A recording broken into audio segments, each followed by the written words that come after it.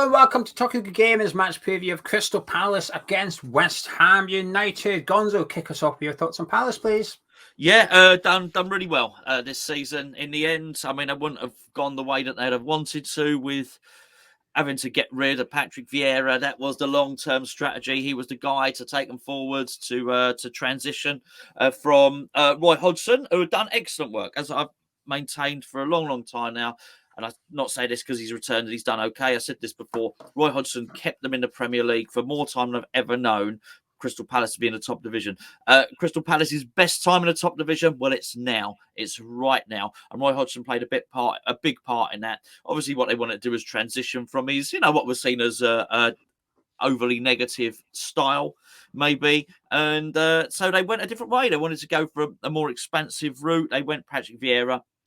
It didn't work out in the end. I don't think he ultimately got the players in that really suited his style. I think missing Conor Gallagher was a big one. It's always going to be dangerous if you're a club and so much of what you're doing is based on a player who actually belongs to somebody else. So I don't think it was good for them to get him in short term as it hurt them in terms of his long-term vision for the club, a long-term strategy.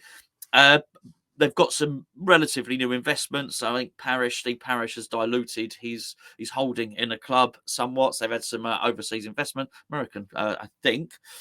And he had a little panic up and got Hodgson back in. Hodgson's done remarkably well. They're now safe, and I guess all is rosy back in the world of Crystal Palace. Their only decision is now: do they try and go again? Because this has failed a couple of times. I think they got when they got De Boer in before, I think they tried to transition at that point. It hasn't worked. So they keep on sort of reverting back to the more traditional English type manager. Maybe Crystal Palace are just that club.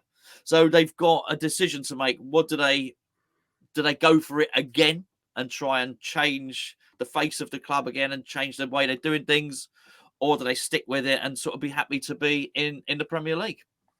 Yeah, a bit of a weird season. I actually had them down to be sort of where they are at the minute. When you do your start the season predictions kind of thing, and that's where I thought Crystal Palace would be, sitting around about 12th and 13th. I thought they'll do okay. I think the football will be decent enough to watch. They'll be fine. They'll stay up. It didn't quite. While that may come true, it's the journey hasn't been quite as smooth as I expected, and Vieira struggled a bit. And there's an element of me that has a bit of sympathy for him because, when he left and Roy came back in, fixtures were immediately a lot kinder and the results have then followed. So there's still a little part of me that thinks they might still be where they are today had they kept Patrick Vieira, but we'll never know. It's all about opinions.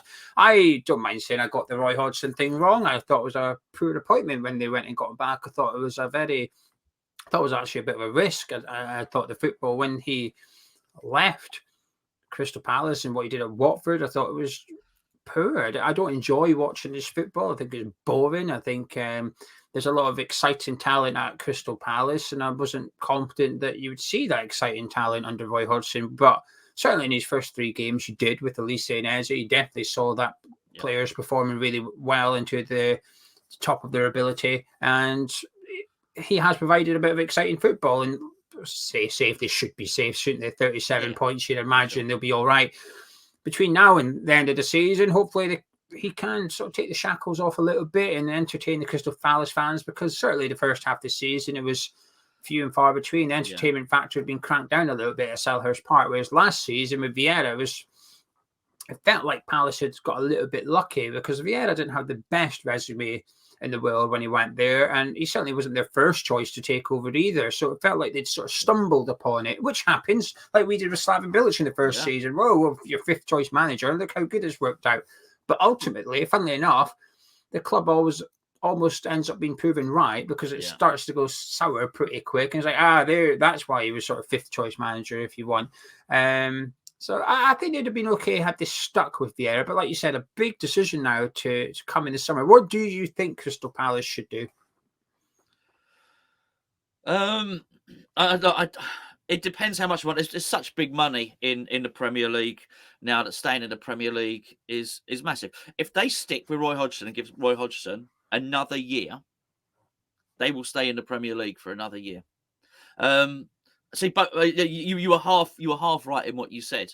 in as much as you said you thought it was a risk, but he played boring football. Well, I think that's half right. I think before he played boring football, but I don't think it was a risk. So I think in terms of keeping him up, he will do. And so I think they do have a big decision to make. I think if it was me, I know I was Steve Parish, I think I might just put that decision on hold because we don't know what's going to go on with Zaha particularly. I think his contract's up at the end of the season. Can we persuade him to stay? Well, they made him a big offer. Well, and he should stay. It works out about 200 grand a week. Yeah, well, good for them, and it'd be bloody good for him as well. I absolutely think he should stay. I think he loves the club, he loves the area, and I can actually see that going wrong if he moves elsewhere. Not just because it went wrong at Man United, by the way. I just think it's really good to be the main man, and so I think they should, and I think if they do that and he says he signs, then no one better to get the very best out of Wilfried Zaha than Roy Hodgson. And what you may well find is that you next season have Roy, because at the moment they'll be playing CRYWHU up front and different bits and pieces. Other people, Eduardo, whatever his name is, Mateta, they don't convince. And I think you may well find that you get Wilfried Zaha up front, and then you've got Elise and Eze playing wide. And I think that'd be pretty good. That'd be pretty damn good for them, really. So I would probably look to do that and then give myself a year, because they wouldn't have had this. They wouldn't have been doing any planning because of the Vieira situation. I'd speak to Roy. I'd say, Roy, who loves the club, he's from the area. Roy, this is what we want to do. Be honest with him. Can you give us another year while we try and do a little bit of strategic long-term planning and get the right person in and try it again, and then start to build the infrastructure behind it? Give yourself a year's breathing space. That's what I'd do. Yeah, you make a convincing case, considering the last time they had to replace Roy Hodgson with plenty notice, they struggled. Like I said, there was an element of luck there with Patrick Vieira going in. So certainly, like you said, with a couple of months' notice, you'd imagine that they're perhaps not going to be able to identify someone and get that person in as well that they want. So it's all very well saying this is the number one of our shortlist. That's arguably sometimes the easier part. The more difficult part is persuading them to come to Crystal Palace, as we've seen. So you make a convincing case. I'm always going to be twist because I'm just not a big fan of Roy Hodgson. I think he's done a good job at Crystal Palace, but I always want more. It's a bit selfish, but I'm a bit of a romantic when it comes to football, and I prefer exciting football versus good football played. And I want to see, when you're in the Premier League, I think 15 of the clubs should be aiming to win the FA Cup and win the League Cup and stuff. And that's what I'd be looking for as a Crystal Palace fan. I'd be wanting more than just staying in the Premier League. And I appreciate what you're saying. And you're going to say that is successful for a club of Crystal Palace's stature. And I'm not going to disagree with that. But it doesn't leave me not wanting more. So I'm on the twist side of it. I mean, there's still another few games for him to almost have an addition, if you like, which is, well, this is what I can do. And I guess you'd argue that he doesn't need to, because of his CV speaks for himself and what he's done at Crystal Palace speaks for itself. But I would twist. In regards to Zaha, I agree with you. I think they made him a big offer. Works out about 200 grand a week, which is, I think it's like 40 million over 45 million over 4 years, which sounds a lot of money. It is a lot of money. But if he walks for free, they're going to have to spend 25 million to replace him. So suddenly, you know, the next guy that comes in would cost more than 45 million for the next 4 years of football, with his transfer fee, sign-on fee, likely wages, etc. For a player that's not as good, probably. Yeah, well. And you don't know it's going to work. It will come with an element of risk. I mean, when you think about 25 million pound signings these days, you're looking at Said Benrahma, with the greatest respect to him. That's what you get for 25 million. Yeah. It's not a dead cert. And their recent purchases have been good, but a lot of it's been sort of bringing players up from the Championship, which I think is a brilliant thing to do. I'm not discrediting that. But I don't feel there's an outstanding left winger in the Championship at the moment that you can go and get to bring in to replace Zaha. If you were missing somebody like Eze, you could say, well, go get Alex Scott. He'll come in and replace Eze. Yes. You're okay. But in terms of an out-and-out left winger, I'm not sure there is an obvious answer in the Championship. So you'd probably have to go abroad, and that increases the risk. So I think actually, as expensive it is, I think it makes sense to try and get Zaha tied down to big money. And like you said, from Zaha's point of perspective, it makes sense to remain at Crystal Palace. Players you admire? I think I've already mentioned them. Elise, wonderful delivery. Eze playing well. Yeah, I mean, he was playing central quite a lot this season. He was charged with taking the Conor Gallagher role by Vieira. When you obviously talk about Alex Scott of Bristol City and not the lady. So yeah, and he was obviously better deployed centrally as well. But I think Eze is now going to be used for the remainder of the season, probably out on the left due to Zaha's injury. Like Gahey as well, and actually I quite like Anderson. I know Anderson scored an own goal. But he's actually he can be quite potent. He always looks a threat whenever I see him up the other end as well. They got some good players. I noticed Milivojevic has made his snuck back into the team somehow. But anyway, but there you go. Look, this is the thing. That's why you are yours. I do feel you're half right in what you say. I do lack a little bit of razzmatazz in there, and that's Roy Hodgson. He can't quite help himself. That's his Souček. I've got to get him in there. So that was he's not one of the ones I admire, by the way. But yeah. So but yeah, they got some decent. The left back's good as well. They got some decent players. Yeah, I agree with the players you picked out. I think their centre backs are fantastic individually and as a partnership. I think they're both really, really good. Elise and Eze are two of the most exciting. I say young. Eze feels like he's mid-20s now, Probably but he's youngish. Yeah. But they're still two really exciting. And Eze's had trouble with injuries and stuff, which has been a shame because when Palace signed him, I mean, we wanted him, didn't we? Moyes wanted Eze, not Said Benrahma, because once we signed Benrahma, Moyes made a comment about how we wanted Eze, but we didn't have the money for him because Dean Garner hadn't quite left the club at this point. He's somebody I was a bit jealous of when we went to Palace, and he's had his injury problems, which has been a bit of a shame because players like that I enjoy watching. As a neutral, I enjoy watching Eze play football. I enjoy Elise playing football. I think Lokonga's been quite a good signing for them going into centre midfield. I think it's just shored that up a little bit. Dukovi's been quite good. He arrived with a bit of hype. A lot of the pundits, if you like, saying it was a really good signing for Crystal Palace, and they perhaps expected him to join a club perhaps with European football. And when I've watched, he's impressed enough. He isn't blowing me away, but there's definitely a player there, and it's a good signing. But it's only his first season. I always think there needs to be an element of bedding in at these clubs, even though they look good at the start of the season. I always think they'll probably tail off eventually for whatever reason. Maybe the buzz just fades a little bit. But yeah, lots of good players at Crystal Palace, but some I'm not keen on. I think they need a right back. I think they could do with another centre midfielder. But they're still technically waiting to replace Conor Gallagher. Yeah. So need a striker. Like you said, I'm a fan of Edouard though, but he's maybe not quite good enough for the undisputed striker spot. But anyway, enough about Crystal Palace. Time to discuss West Ham. The team news is as it has been for the last few games. Actually, no Gianluca Scamacca, but apart from that, Moyes has got everyone to select from. And in the previous game against Liverpool, we saw Ben Johnson not even make the squad. So we've actually got too many players to choose from. Gonzo, a bit of a difficult one because for those that are new around here, me and Gonzo are going to now talk about the team we wish to see, not the team we think Moyes will play. A bit of a tricky one to do, though, because Moyes took a gamble against Liverpool playing his starting 11, and we lost, obviously, but I think it applies the pressure a little bit to this game. I don't think we can afford to lose this one. So naturally, you want to go with your strongest team, but fatigue is definitely an element we need to consider. Yeah, I think he's painting the cross on his back, quite frankly. It was obvious going into the Liverpool game that some players needed resting, just purely because we've had so many. He's got this big squad now, and he's not using it. And it was his complaint, by the way. He spoke about last season's fatigue. And if he's not careful, he's going to find himself in exactly the same situation in a European semi-final. And he will have no excuse because he has every one of those players that was on the bench against Liverpool is good enough to play some first-team football. Made 2 substitutions in the 69th minute, which, ultimately doesn't give many people a rest. And unfortunately, he's created a situation for himself because he's not in the last 4 or 5 games been given these other players like Maxwell, Cornet, for example, enough minutes. They're now not ready to put into the team. So he's created this situation. He's basically going to have to play knackered players now.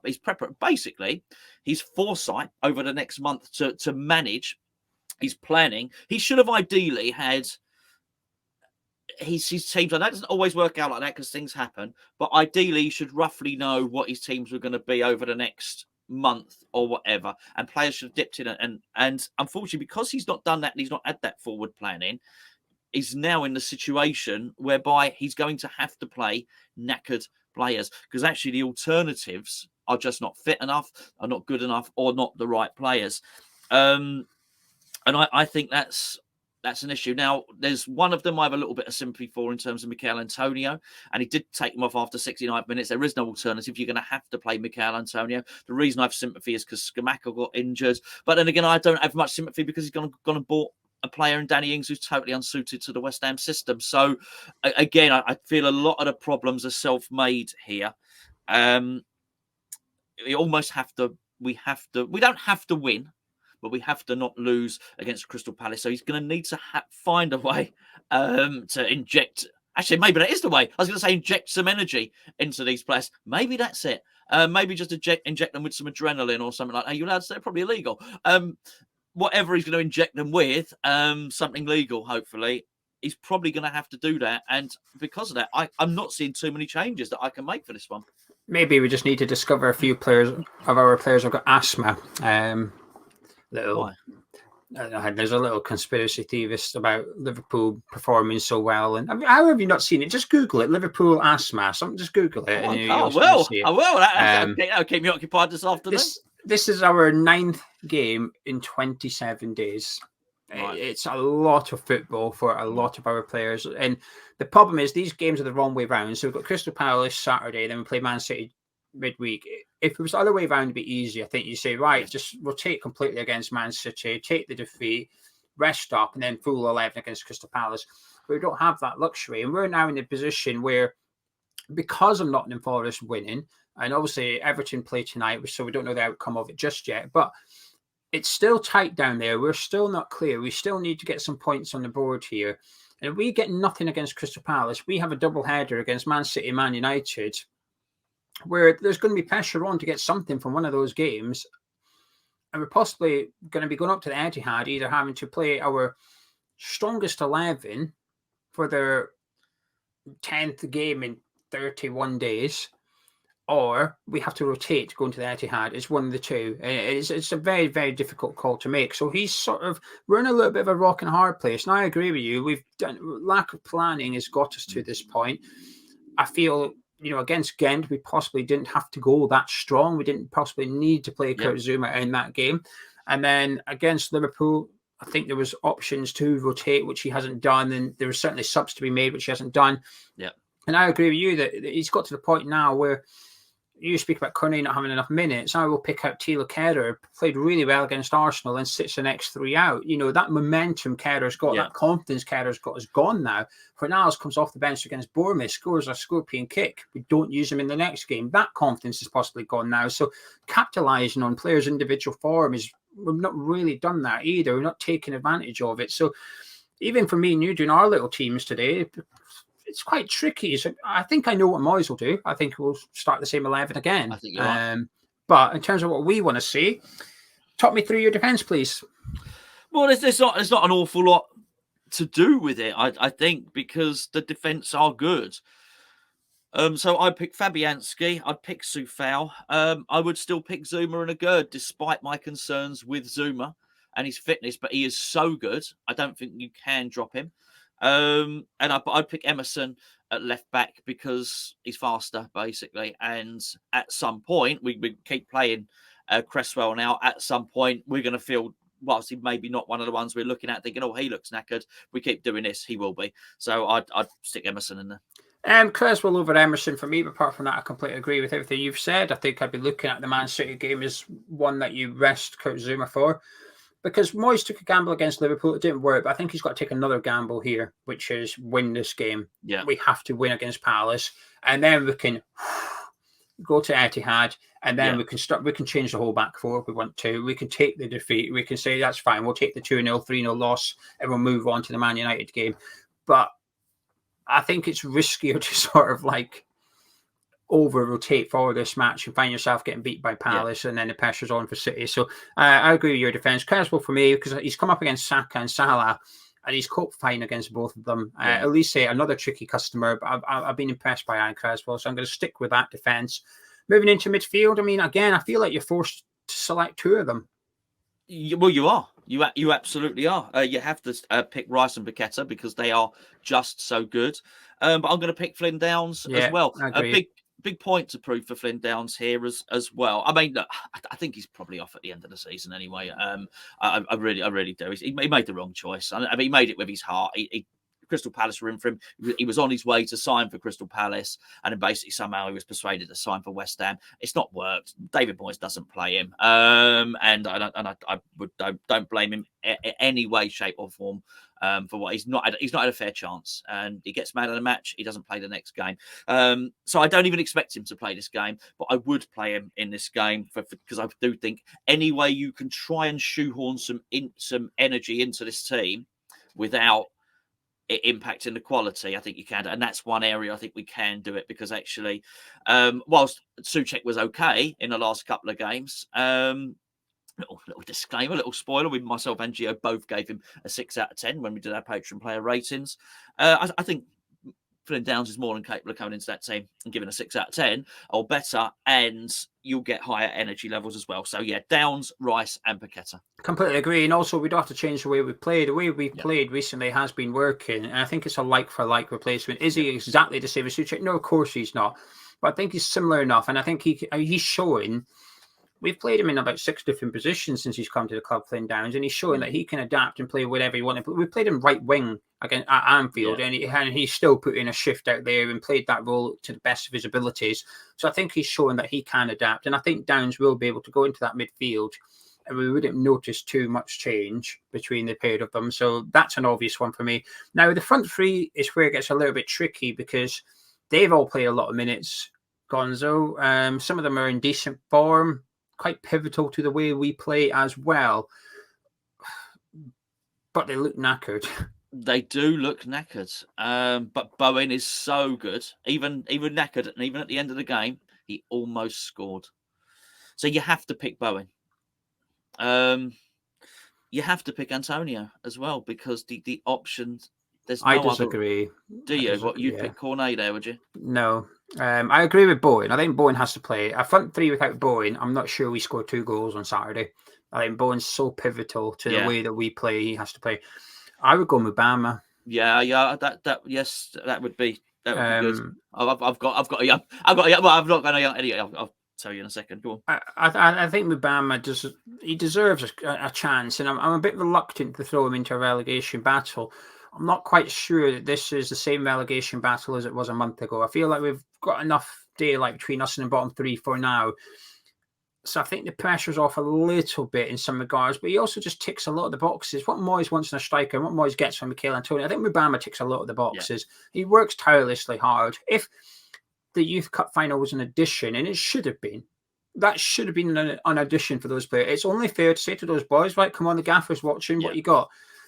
Mubama showed in the second half, he was constantly tracking back, constantly getting back to work hard, putting in a shift. And while we didn't score, we didn't see what he can do in the box. He showed that with a hat-trick in the semi-final.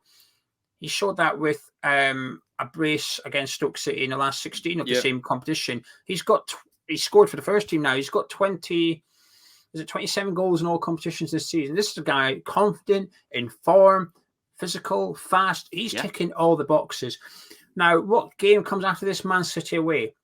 In an ideal situation, we get a win on Saturday and we don't have to play Antonio against Man City. So who do we play? Well, we'd probably play Mubama. And I think that would be a bit harsh to say your first ever game, well, your first proper game in the Premier League is away to City. Ease him in a little bit with this game. Antonio on the bench, it's not working at halftime. Fine, swap him out. Give him 45 minutes to prove himself, but also give him 45 minutes with Paqueta behind him, with Jared Bowen to one side of him, to another senior player to the other side of him, and give him the best possible environment to succeed. And I think I've got more faith in Mubama doing something on Saturday than Danny Ings. The ball falling in the 6-yarder, I'd prefer Danny Ings on the end of it. But outside that 18-yarder, I've got more faith in Mubama being able to suit our system. If we play Ings, we have to change the way we play. We play Mubama, we can continue as we have been the last few weeks, which has been successful for us. Now, your left winger, you can guess mine, but who would your left winger be? Kadua. But I'm not even sure. I get it. I'm not even sure I play him necessarily left wing all the time. I really would like to see Bowen swapping wings. Yeah, this would be my choice. I understand. I do understand why people want Fornals to play, but we're about to go and play a really fast team here. And Fornals, the reasons why Fornals is not in the team, they haven't gone away just because he scored a scorpion kick. If Paqueta wasn't well or wasn't as playing as well as he was, I would put Fornals in, but I'd put him in centrally. To go and put a slow player on the wing against Crystal Palace is not the thing to do. They'll take that all day long. They really will, because they are just so quick and they are so well drilled, and they always have been under Roy Hodgson, very impressive in wide positions. They really are, and just from what I've seen, Benrahma's just too. He's not in good form. Cornet, I know I might have contradicted myself that he hasn't had the time and the game minutes. We've almost gone past that. There were times when he should have had it. He doesn't look good at the moment. Ideally, he comes on in this game. But I do think, for the same reasons that you said, Mubama, I think it's time to sort of tap into some of this talent that we've got that's just won the FA Youth Cup, and there's lots of it in there. So I'm looking, where are we deficient in the team? Well, it's out wide, it appears, at the moment, and he would do that, and he's the captain as well. Corday for me, for the reasons that you said. Funny enough, he has not had enough game time recently. We need to be able to rely on him, get him in the team. He's got the pace. He's left-footed, playing on the left wing, can cause problems going forward. And while he doesn't necessarily have a relationship with Mubama, but Mubama doesn't necessarily have one with anyone else. We've not seen him. It's not it's not a thing yet. So I think that lack of chemistry, if you like, won't be so much of an issue, because it's not like we're taking out the guy that usually sets Mubama up, unless you put Kadua in as well. But a very similar team, actually, Gonzo. We've both got a youngster in there, and left back, the rest of the players are similar. Do you feel the pressure's back on? Yeah, I do. A little bit, yeah. I do. And don't get me wrong, I do understand. I was a little bit critical of it, this sort of race to hail Moyes, to basically re-Moyes him, if you know what I mean, and to crown him with the Conference League early, and to already credit him with keeping West Ham up. I do understand it. It had been so crap, we're almost looking for anything. But it was never there. It was an upturn in form, which has been good. And by the way, that doesn't mean we've got a massive downturn in form. We've lost to Liverpool when we deserved to draw. But you do also, it sticks in my mind at least. Last season, the thoughts of last season are a residual thought in my mind, which is he doesn't rotate. They were knackered, but now it's different. He's not just looking on the bench now thinking, I might use Yarmolenko and I might use Benrahma, but nobody else. He now has a bench of players that he can use, because we spent £200 million basically.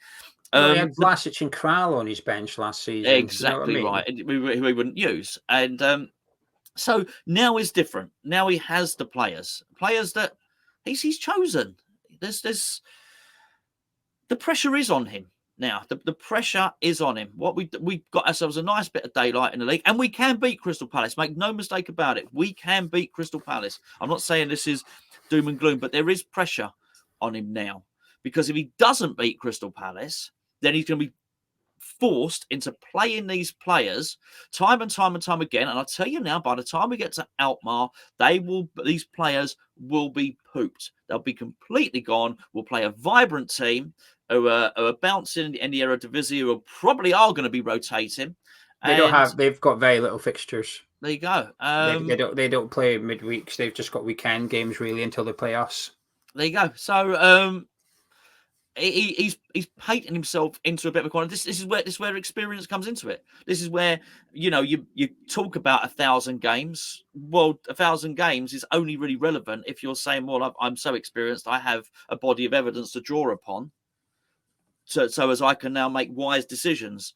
Well, he needs to draw upon those 1,000 games and understanding when his team are looking knackered, and I think he really does. My one concern is, and you made a really good point about Mubama, when basically you're suggesting there has to be some currency to doing well and winning the Youth Cup, as if to say, if we win the Youth Cup, then we can, and you play well, then you deserve a shot at the first team.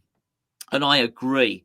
It won't happen because there's actually no currency in actually being man of the match in a European game, because even that doesn't guarantee you getting into the team. And I think there's a bit of a problem. You mentioned Kehrer earlier on. Kehrer absolutely deserved to retain his place. Now, actually, that's worked out because actually he's brought a Gerd back in, and Gerd's been excellent as a Zoom, and the two centre backs are looking really good. But I do worry, just to go back to initially what I said, there was this massive relief, this release of pressure. Hey, he's back again. West Ham are back. We're the old West Ham. I'm doing it myself. West Ham, the old West Ham. Whatever, COVID, lockdown, West Ham are back, and all of this sort of stuff. And now you're looking at it thinking, well, hold on a second. We've not won that yet. Nottingham Forest have won. We haven't won the Conference League. We can be dragged back into it. We've got Man City. We've got Man United coming up. I do think there's pressure on them. It's the fixtures that make me worried, Gonzo. It's because if we had Palace, Leeds, Leicester, I'd be okay. I'd say, all right, rotate a little bit. If we don't win, right, we've got two winnable fixtures around the corner, but we've got two difficult fixtures. We've got Man City, who have just thumped Arsenal up after this one, and then following that, we've got Man United, who are in the hunt for the top four. They're trying to stay in the top four, and it's two very, very difficult games. Over our next three games, this is the most winnable, but also it's the one where we ideally need to start rotating players. Yeah. It's a very difficult situation, and Nottingham Forest beating Brighton, Everton could beat Newcastle tonight, and it's just reminders. It's just reminders that, whoa, hang on a minute, we had a couple of unexpected results. The draw against Arsenal and thumping Bournemouth, and hey, look how good we are, look how far away we are now. Actually, any team's capable of a couple of those results and then jumping up the table and stuff. So I still don't think we need loads to be Premier League safe. A win, I think we need 3 points, but if we lose Saturday, then we lose against Man City. Suddenly, you're thinking, hang on, we need 3 points here. And there's only 4 games left, and our next fixture's Man United. That's when nerves start to set in a little bit. And in between now and then, everyone else plays 2 times, and they could easily pick up 3 points, 4 points, just 2 points, just close the gap. And that's why I'm a bit nervous going into this week. I'm happy with the draw. I think just edge our way to safety, grind our way to safety. I mean, a win, we're safe. A draw, we're getting there. A loss, and I will dread what we're going to have to do at Man City, because the pressure will be to go there and get something. Are you confident for this game? No, but I think we can win it. Yep. I do. I think the other one thing we've not discussed here is mindset. I think Hodgson was brought in to do a job, and he did it straight away, really early, really impressively, really early, to the point where they can probably put their feet up for the rest of the season. Crystal Palace chat, or whatever it's called, are not sat here now worrying about their next run of fixtures. They're probably discussing it. They're called Back of the Nest, I think. There's one called Back of the Nest, and there's the Eagles Nest. Nice. Hopkins looking to curl one as well. Oh, like it. Back of the Nest, cracking the egg, all that sort of stuff. Well, I bet they're not sat there, talking about this sort of stuff and having the same conversations that we are. So, and I do think that hopefully brings a little drop in performance, not just a little bit of drop of urgency. Yes, a lot of players will say teams that relaxes them. You can then relax afterwards. But I find that almost more once a team's been relegated. A team gets relegated, then they relax, they pick up a couple of wins. You've seen it like numerous times in the Premier League. I think it's slightly different with Crystal Palace. They probably only just made themselves safe, and even if they just drop off 5%, that's the balance that does. Can that 5% counteract and counterbalance the 5% we're probably losing through fitness and fatigue and stuff like that? I actually am reasonably confident. That being said, I think we can win it. I'm quite optimistic as well, because at the end of the day, 2 losses in 11, we are in good form going into this one. I thought we played okay against Liverpool. I've seen a lot of people bringing the possession stats argument back, which infuriates me a little bit. I'll have to confess. I've seen a lot of people say, oh, this much possession. We had similar possession against Bournemouth. We had similar possession against Arsenal. The difference is we took our chances. We had plenty of opportunities to score goals against Liverpool. Plenty. The final ball wasn't always right. The final decision wasn't always right, but we were getting in good positions. We just weren't good enough going forward. And I came away feeling okay. I wasn't downbeat after that defeat against Liverpool. I came away feeling there was enough there. The biggest worry isn't performance. The biggest worry isn't players' performances. The biggest worry is fatigue. That is the biggest worry. Yes. And in a weird way, that can be a good thing, because it shows that the tactics are right. The players are working hard. The players are playing well. It's just they're a little bit tired. Palace have had a midweek game this week, though. So Wolves. Yes, lost they've to had an Wolves, extra haven't they? day's rest and whatever, but at least they've had a midweek one, whereas usually we play a European football, then we play a team that hasn't got European football, so there is a massive advantage there. So the advantage is reduced a little bit, but can I get any final words in your score prediction? Yeah, just in terms of the fatigue fatigue levels and the substitutions, Antonio was brought off to protect him for fatigue levels. Ben Ryan wasn't brought off for fatigue levels, so we've actually, he was brought off because he was ineffective. So we've actually only made one substitution in that game that would sort of might help us before Crystal Palace. So I am worried about that. That being said, Rice, Zuma, Agurd, Paqueta, Bowen are all in, and Soufal, sorry, are all in really, really good form. Really good form. And let's say that as well. We have two centre backs there, a £30 million centre back and a 35 million, whatever, 65 million pounds worth of centre backs at the back there. A good shield in front of them. I don't see a better midfielder at the moment. Granted, I don't watch all Premier League football.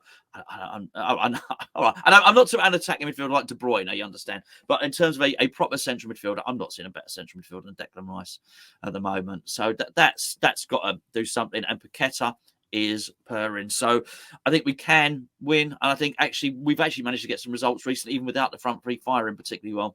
We get a really good tune, out of one of those front three as well. So all the players I just mentioned, plus Bowen or Antonio, plays well. Then I think we get the win. I think we win 2-1. I'm going to say 1-1. I was inclined to go for 2-1, but I'm going to stick with 1-1. But if you enjoyed this preview, please do drop a like on it by clicking the thumbs up underneath the video. If you're new to Hammer's Chat, please do subscribe to the channel as well by clicking that big red button. It takes 2 seconds. Both are completely free and it helps us out a lot. Until next time, myself and Gonzo, catch you in a bit.